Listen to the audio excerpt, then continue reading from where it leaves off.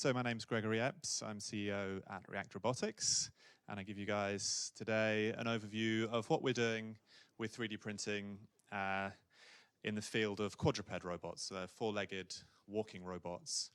And before I start, I'll give you a bit of a background of the sort of previous projects I've been doing, which led me to this. And then I'll talk a bit about what we're doing now. So I have been involved in robots for quite some time. I've run 2 robotics companies previously. When I was 17, I started developing a sheet metal forming technology, which I investigated for about 10 years and then patented a robotic method to form sheet metal, which is very interesting, folding sheet metal directly with industrial robots. So these are kind of robot arms that you would get in a car factory. So a lot of that was building software to simulate how these robots would move. And they're just arms, like our arms. They have the same type of motion. So we built software to do that, and we built software to help us develop our process to control the robots how we wanted to control them. And we started helping other people with their processes. We actually developed methods for doing metal 3D printing as well. So we got quite into these sort of robotics, 3D printing. But the other aspect that seemed to be missing, which seemed to solve a lot of problems robots had, was AI. So with robots, typically you program them to do exactly as you want. But in the real world may not respond to that. So particularly with these walking robots, you imagine a rough terrain. It's not flat, it's not predictable. So you somehow need to be able to adapt very quickly to that. So this is where AI came in. So I joined with 2 other guys, Charles and Nick, who were experts in artificial intelligence. And together we started React Robotics and in order to build this quadruped robot. So, is it going to go anywhere? Do I have to stand? Maybe I could walk around with a keyboard instead. Yeah, that works. Yeah. Okay. That's good. That's good tech. It's high tech. I try not to answer the phone. So yeah, we have a pretty broad vision, as you can see. A robot anywhere you go to do any task, and that's kind of a future that we imagine might happen. Sorry? No, it's fine. It's fine. But we could break that down into these sort of 3 stages, which is a robot. So that's the bit we've been working on most of all, and what we're going to talk about a bit today. Anywhere you go really is like, actually these robots need to get somewhere, they need to move around. And when they get there, they need to do a task. And that's our sort of long-term goal, is these robots do perform useful tasks for you or in business. So we'll start with a little bit about the sort of long-term enterprise sort of market. Just one slide, really, and then I'm going to talk more about the research area because that ties in with what's happening in the world of 3D printing a little bit. So yeah, here we have our robot on the bottom half. And on top of that is a sensor. So this is a 3D scanner. This is used to scan, in this case, with this company, architectural spaces. While they're building a building, they're looking at how the actual building compares to the CAD model of the building, so the ideal representation. And if there's a discrepancy, they can match the 3D scan from this with the CAD model. So for those of you who don't know about 3D scans and CAD models, they are sort of geometric representations in the computer. But if we have a laser measure this space, we can compare that representation with the geometric representation in the computer. And if there are discrepancies, then you can discover whether you should change the building. So we kind of have what we're doing here, which is robots in the bottom half and the solution on the top half. So it might be a sensor, you might be carrying goods around with you, you might be carrying tools with you. But right now we're interested in actually the middle stage, which is how does a robot get from A to B? So how do we get the robot to survive over rough terrain And typically, with autonomous vehicles, they're mostly wheeled. The ones you've probably seen, you might have seen images of self-driving cars. They look quite similar to normal cars, but they have sensors on. But when you want to interact in the environment, we wanted our robot to be able to interact in the same environments we occupy. If we had wheels, we might find it difficult to get into this particular room. Now, there is a big ramp outside, but once we get out there, there are things like curbs, and there may be obstacles on the ground. And with a wheeled vehicle, it's quite difficult to navigate that. So with a legged robot, we could actually step over gaps, obstacles, and go upstairs, which is another sort of typical human scale type of problem that our robot needs to overcome. So that's what we're really focused on now, and we're working with some of the best researchers to try and find answers to that. So we're looking for answers, and they are too. So we kind of combine the two, and we provide the infrastructure, which is the robot, for these researchers to test their AI, which we can build the enterprise solutions on top of that. So just looking at the research side, so this is a picture of a simulation of the robot. So the same CAD model, so this geometric representation, that same CAD model generates simulations, and it generates the data to print the physical robot as well. So they all come from the same place. So 3 examples here of researchers who are using our work. There's Antoine Cully at Imperial College.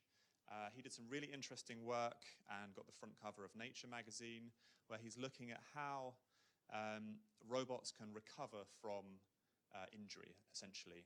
So he's doing many, many simulations, hundreds of thousands of simulations of how a robot, in his case here, a 6-legged robot in the picture there, if it loses a leg or a leg is restricted, how can it find solutions to recover from that and still get from A to B successfully? So I've got videos, but I think we'll show some videos afterwards, because otherwise I'm using a lot of implements to skip backs and forwards.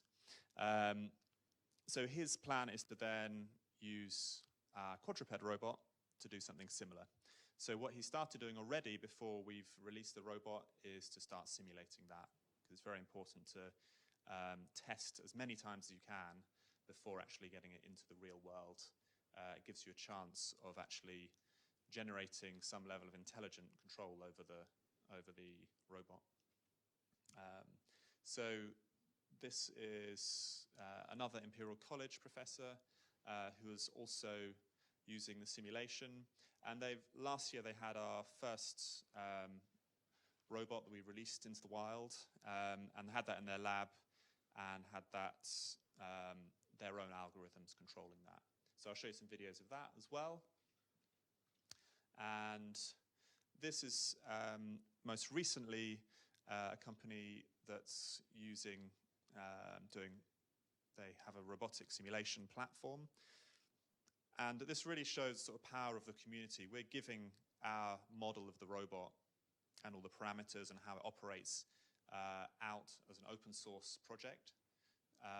And these people are generating really interesting capabilities with that model of the robot. And in this case, this company's actually created tutorials on how to use their software based on the back of our robot. So let's talk a bit about the 3D printing. So again, in this sort of general idea of wanting to be very open and wanting people to be able to influence the direction of this product themselves, then we made so we started off making the very first designs open source completely. The second designs are, well, they've sort of morphed into this latest design here. And at some point in the future, we may even open source this design as well. So let's look at the first one. So the first one is quite basic. A quadruped robot, so a 4-legged dog, has 12 joints on it. So each arm has 3 degrees of freedom, so forwards and backwards. It has, pitch, and it has a knee joint, and it has roll as well, so it can move the arm outwards. So that's enough to move around. So we actually, in the first design, every joint was exactly the same, to keep things really simple. And in the second one, we started to realize that it had some limitations. We wanted to be a bit stiffer here. We wanted to perform better. So a lot of what we were doing, taking advantage of 3D printing, was to print new parts very quickly. So as soon as something broke, we would print a new part with a modification. So that would be an overnight process with a relatively small part. And so we were quite quickly, well, when I say quite quickly, I'd say like a year to get from this design to this design. We upgraded it a bit. This looks quite similar, but we upgraded it, and that sort of cycle got shorter and shorter as we kind of got more familiar with this design. I mean, there's some spec here on sort of what the robot consists of, but probably don't want to go into too much detail about that. But a lot of this is really, like, we have lots of carbon fiber components. They're standard off-the-shelf parts. So we're not laying up our own carbon fiber, which is a very expensive process. Things like the motors, the batteries, these come from drones. So they've had the weight, the performance, and the cost heavily optimized. So it means in a robot like this, where we want it to be as light as possible, then it's still affordable and powerful enough. So there's a video of this. So I'm going to show you the videos, as I said, after that, because I think it's a bit easier. But a video of us, video of the robot when it first started walking. I'm just going to go through a few parts because they're quite interesting, just to look at how these work. So when someone mentioned FDM printing, which is what we're using, which is basically there's a nozzle squirting out goo, basically. And you have this rod of plastic which is melted and laid down. And you lay this down in many, many layers. And so it has certain limitations about what you can and can't print. So this is a component here, and it's printed this way, so it's bolted on afterwards. So things like these angles have to work, so we can't have undercut. So this is all printed within the constraints of having a sort of 45-degree angle, because you can have a 45-degree undercut, so you can actually don't have to just print upwards, you can print outwards in thin shells. And you can see here we have gears as well. So there's actually the gears and the bearings in an integrated component. So each of the 12 joints in the robot all have these integrated bearings and gears in them. So one of the great advantages there is we don't have to search for and specify separate bearings and gears and join those together. We can actually we can consolidate a lot of different parts. So this is a foot, which is quite nice. Again, this is printed as a sort of single component, and the outer area here is printed in a different compound of plastic, so it's actually softer, so it has grip. Yeah, this is the body of the older robot. It's pretty complex, but it's printable. And for a small company, it makes it affordable for us to develop many, many prototypes. So there are literally hundreds of prototypes getting manufactured to get the final result. So the current version, we learn a lot building that robot. And this is a massive reduction in components. You saw, I think if we go back, like that was the body on version 2. And you can see that's now 2 components plus this battery insert. So just massive consolidation of parts. And what that does is we've pushed this out. This is now a shell on the outside, so it's very stiff. This robot is much stiffer, much more accurate than the previous robot. Let's look in a bit of detail. So you can see we've printed even mechanisms in here to allow us to remove the batteries. We have a belt drive running on 3D printed teeth, and what else we got? Yeah, I think this was kind of useful to look at because you can see the lines here where the layers of the print is occurring. So this was printed out this way, and the printer's just running across here, just building up these layers. But we're able to kind of take advantage of ready-made components and then build custom housings for everything here. We build all our own PCBs as well and design those. So it means we can actually design, because the constraints of building a robot dog are that it's, unlike a sort of industrial robot, it has to take the entire weight of the robot. So we want the legs to be extremely light so they can move very fast, and all the motors have to be able to take sort of the full weight of the robot. So a single leg needs to be able to take the payload of the robot and the entire weight of the robot. In the case of, let's say, going downstairs, leaning on a single leg, it has to take all of that weight. So it's, if you have an industrial robot, just this robot arm on its own, as you go down the robot, I mean, the fifth joint only has to carry the weight of the payload plus one joint. And as you go down, you're adding one more joint each time, but we're always carrying all the payload. So here's a close-up of the gearbox. So in this one, we actually created a helical gearbox. So this is part of a planetary gearbox. And if you go onto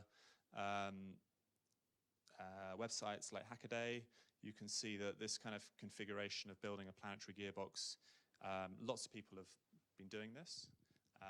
Our first design is all open source, so if you want to have a go at that, you can do that. The difference with this sort of fourth version is that we have really been discovering sort of how accurate our calculations were.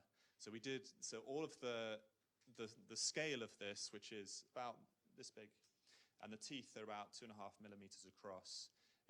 We have actually looked at what's the bending moment on the teeth, and therefore how, for a given payload at a given speed, therefore what size do those teeth need to be, and we've calculated backwards from that, really. So this robot is determined by the strength of that plastic. So yeah, we discovered in version 2 that robot wasn't really strong enough. It worked for a while, but not long enough. So this one, now we've done some testing. I think we've got some more videos. This is the planetary gearbox. That's probably a video that isn't working. I'll show you some videos. So we have got videos of us testing this. If I come around here, I'll show you lots of videos.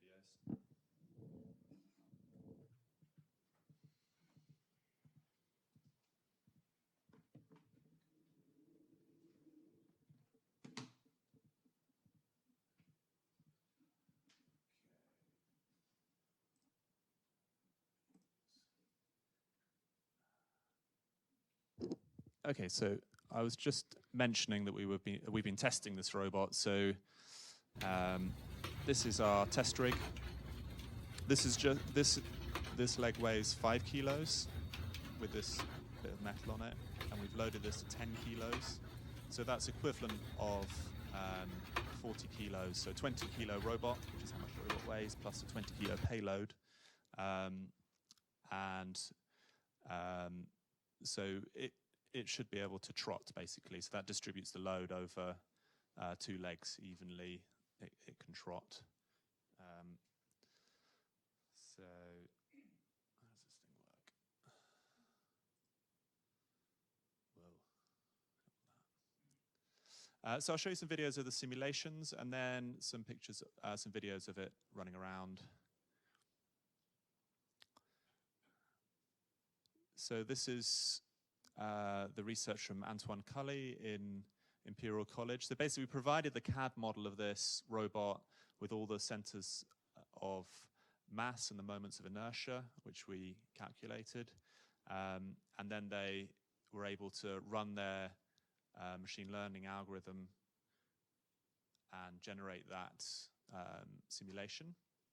And what that robot provides them with is something they can then test on the real robot. It provides a model which is close to what the real robot will be like. But the real robot is never the same as the simulation. The simulation is ideal, but the real robot will bend in particular ways. We won't have calculated everything perfectly, and then it'll interact with the environment, which also varies. So what his algorithm does is in the same way it looks to find ways around these injuries to robots that his research was looking at. The algorithm will find ways around the discrepancy between the simulation and the real world, so that this robot can then move efficiently without us having to train it extensively in the real world.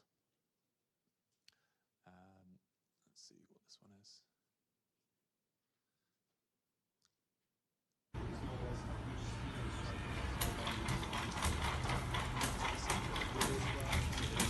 This up to a controller and generating these walking patterns.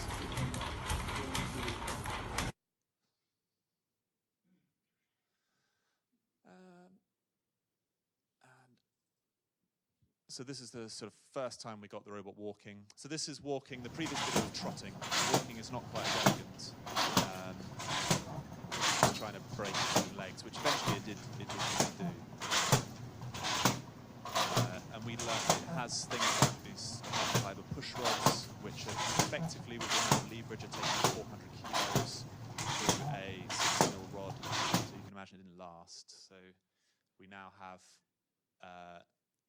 quite a different design. And what's this? And this is just, another example of the sort of community. Because want to accomplish. So we launch in docking something because but they're adding sensors in the simulation and to the feed. there so we have placed the pressure sensor plugins. We would have to do, so we need a very large company to be able have a look and we do grep of contact, for example, we see that we have one topic for each of the foot. And if we do a ROS topic echo, by making sure this is open, you see that it's publishing all the time, all the contacts. If it's, you see that it alternates between not publishing anything and publishing something, because when it's not touching the floor. And there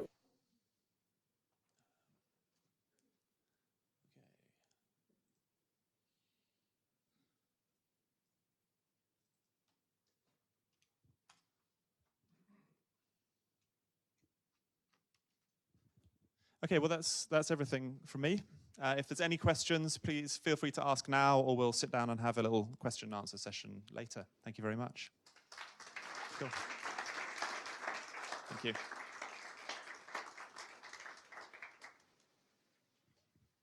Any questions? Yes? Oh, well, let me pass you a microphone because they are recording everything. And they want to record things. Thanks. Beginner question. You showed the robot's foot. Yeah. And you said it had a different material covering it. So is that, I mean, from my rudimentary understanding of what these printers do they by default use one material? Yes. And then do you have to do something to make it covered with another material? So what it has is two extruders on it. So it will extrude one type of plastic and then switch to another type of plastic. Now it's doing this in layers. It builds everything in layers. So it does most of the foot in a harder plastic, and then a small slice of it in the soft plastic, and then it does again another layer in the hard plastic and a layer in the soft plastic. Okay. In reality, that system is not extremely reliable. The softer plastics sort of bung up the printer and things. So in this version, what we did instead was to print a cavity as part of the design, and then fill that with polyurethane afterwards. So we took a different approach there, but again, it's still the benefits of 3D printing is we could print that, peel off the sort of skin that we had printed afterwards, and leave the polyurethane behind. So that was a bit more reliable. So that's how we're doing things now. Thank you. Other questions? Yeah. This is really cool. I'm really enjoying the presentation. What's the reason behind having the robot walk on 4 legs as opposed to 3 or 6? Is there a technical reason behind this or anything like that? So 6 legs is probably the easiest because it's always, if you're walking, you sort of alternate between 3 legs on the ground all the time. So you're completely stable at all times. That's really, really nice. The problem with that is then you have to build a robot with 6 legs, and it's a lot of work. So 6 of everything costs more money and takes longer. A lot of the locomotion styles of 4 legs are more agile. So you can do trotting, and you can do leaping, and so it's jumps and things like that, which on a 6-legged robot starts to get harder to do. If we want to sort of launch this robot into the air, then there are other robots, we haven't tried it yet, but there are other robots with the same power-to-weight ratio that can do backflips and jump onto tables and things. So it is possible to do that. If we had to carry the weight of half again of this, so if this was not 20 kilos, but then 30 kilos because we had more legs, then that becomes harder.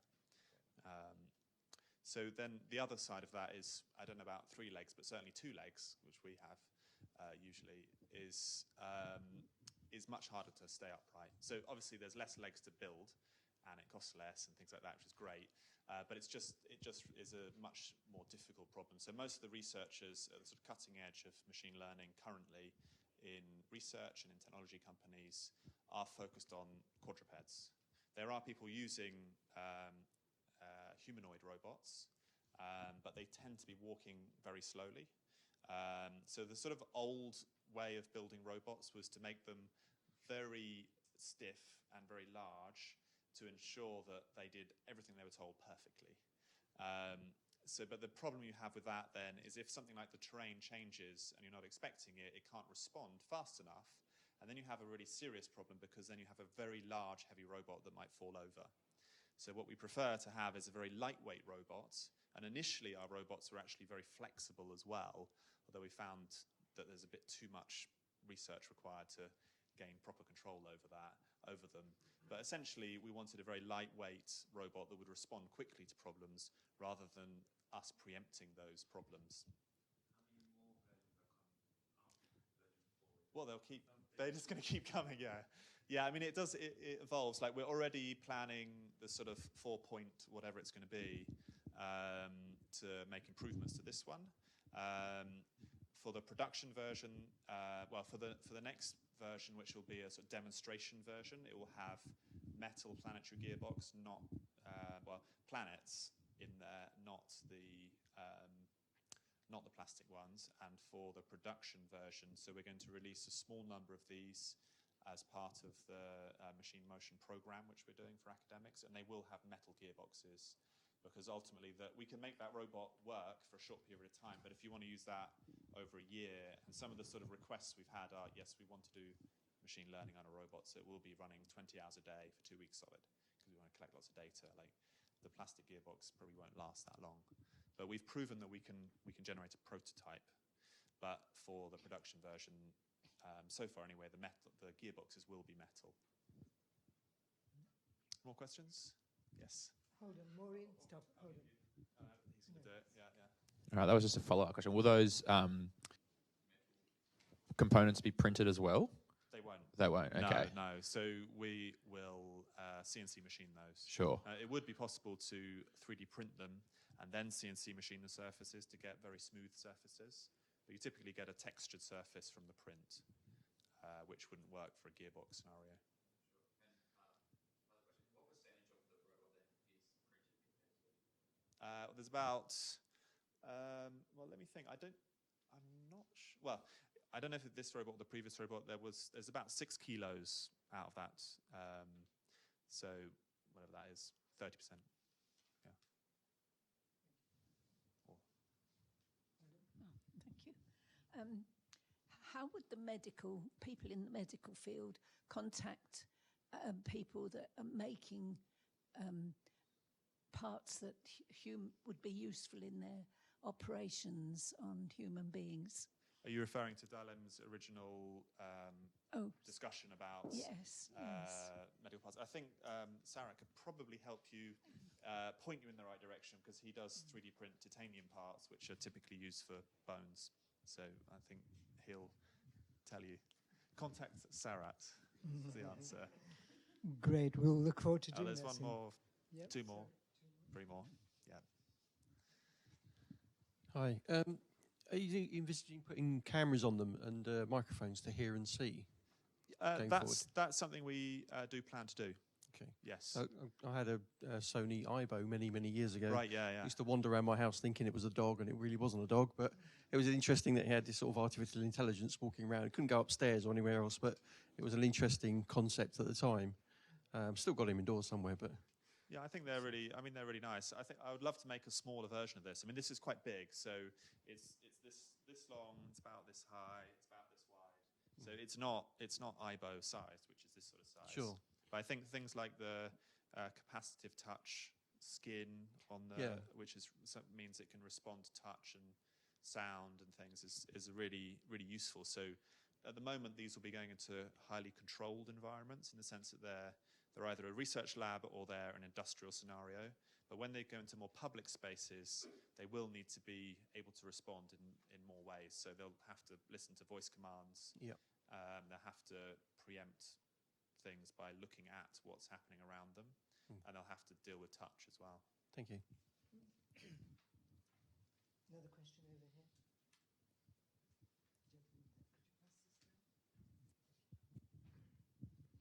Thanks, Greg. That was fascinating.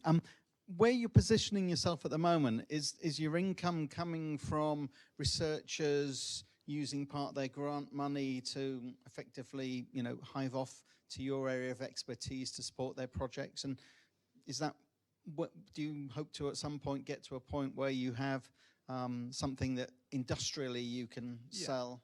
Yeah, definitely. I mean, if we look at our little diagram somewhere here. So right now we're on this side. Yeah, we've sort of had a look at this side to check that there is somewhere we could head towards, and construction is potentially one of the areas. Oil and gas is another potential area, because they have a lot of stairs in their facilities, so they need to take sensors around, because it's quite dangerous. They don't really want people in these, or in chemical plants, for instance. They're pretty similar sort of places. They just don't want people there. Construction is similar to that. They don't want people there, but mainly there aren't people, because people don't want to work in those scenarios, because they're sort of underpaid and it's dangerous. So yeah, we're trying to find places that we can head to, but it is really important that we don't get too far ahead of ourselves, because the capabilities of the robot will determine where we can get to. And by that I mean the locomotion capabilities. On top of that, you can build navigation capabilities.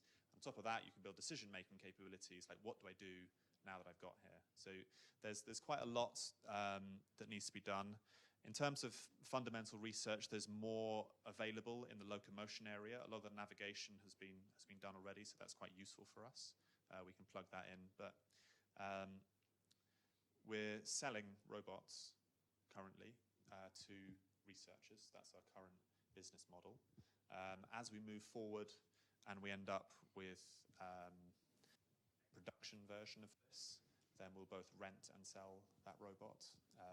Not everyone wants to buy one in advance. Some people want them for short period of times, for months at a time instead of years. And we expect to make more revenue from software in the future as well. And I guess with moving into the enterprise area, there's going to be at some point, drones versus robots. And I presume it's a question of, you've got more growth on the payload side, you've got more growth on the range and the, going to sleep and being left in a position. Well, it's also legislation as well. So it's difficult to fly drones in London because it's sort of all Heathrow airspace.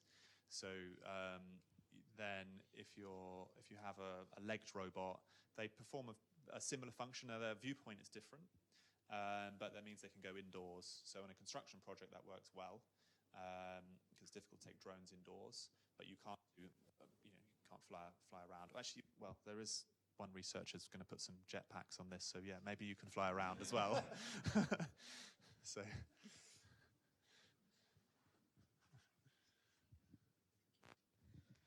Wow. Oh my gosh. Okay. Sarah, are you okay with us taking more questions now? Okay, fine. Marcellus? Yeah, I was intrigued. You were saying about 2 legs and then 4 legs. So I was wondering about if there's sort of the differences in the approach you have to have for sort of 2, 3, 4, 5, and then if you have larger numbers of legs, sort of 11s, 12s, 13s, is there sort of any commonality in the algorithms or approaches, or is it? Yeah, I mean, or is it just diversity each one? You could have 4 four-legged robots and have 16 legs, and they could carry something that has 4 points of contact. So like a table, if it was extremely heavy, then it could have 4 points of contact and be carried by these 4 robots, which could all regulate their height and stop the robot moving around and sort of galloping around and things. So yeah, you might see that type of approach of swarming, essentially, where you control many robots with emergent behavior where they should work together as a team. And the other difference is just in terms of ergonomics. So buildings are predominantly designed around humans. So it's useful to have a humanoid robot. If you have a robot assisting you all day long, it might need to get in a car and drive you somewhere. It might need to get in a lift with you. It might need to open doors. Like all of these things, the ergonomics are designed for you. So if a robot is to assist you, it should be pretty similar to you. Now, there are lots of robots that are very specialist, that don't look anything like animals. So this is very general, which does make it difficult in terms of sort of go back to the enterprise question as how you're going to make money, because it's easier to build specialist robots for a specific niche.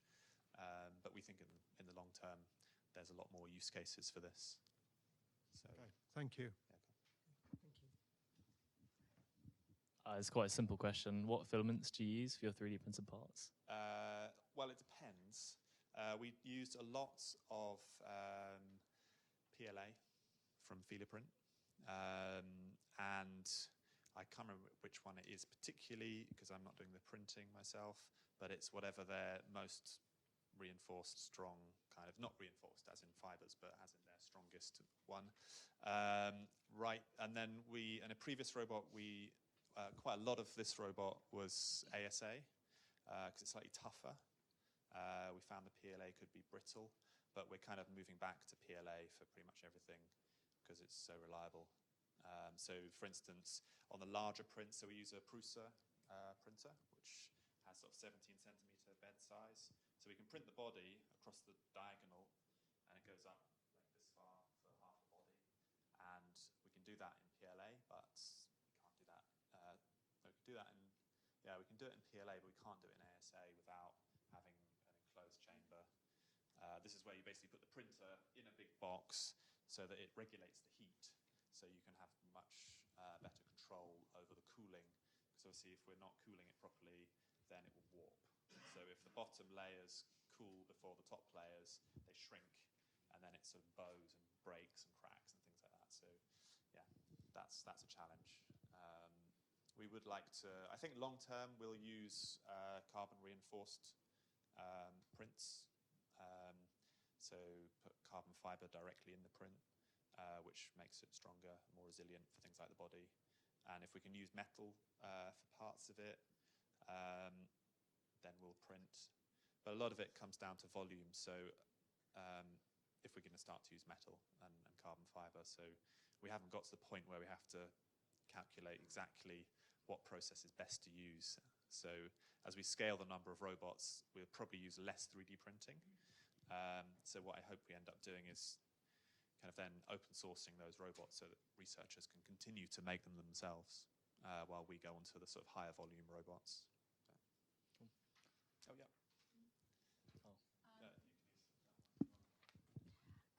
How much would I have to pay for a robot today for one of these guys? So today, there's a limited number of these available, maybe about £100,000. It is possible for us to build them for, if they were just plastic without the metal, then they could be more around 25 to £50,000. So we really need to actually increase the volumes or change production processes to be able to get them back down to that price.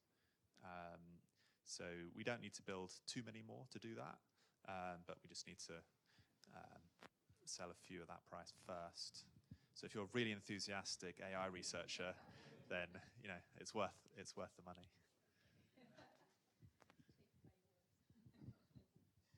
Okay, well, on that note, as this costs spiral higher, and I'm starting to get slight palpitations, let's move from this great outer body experience to something in the body. Please, thank you.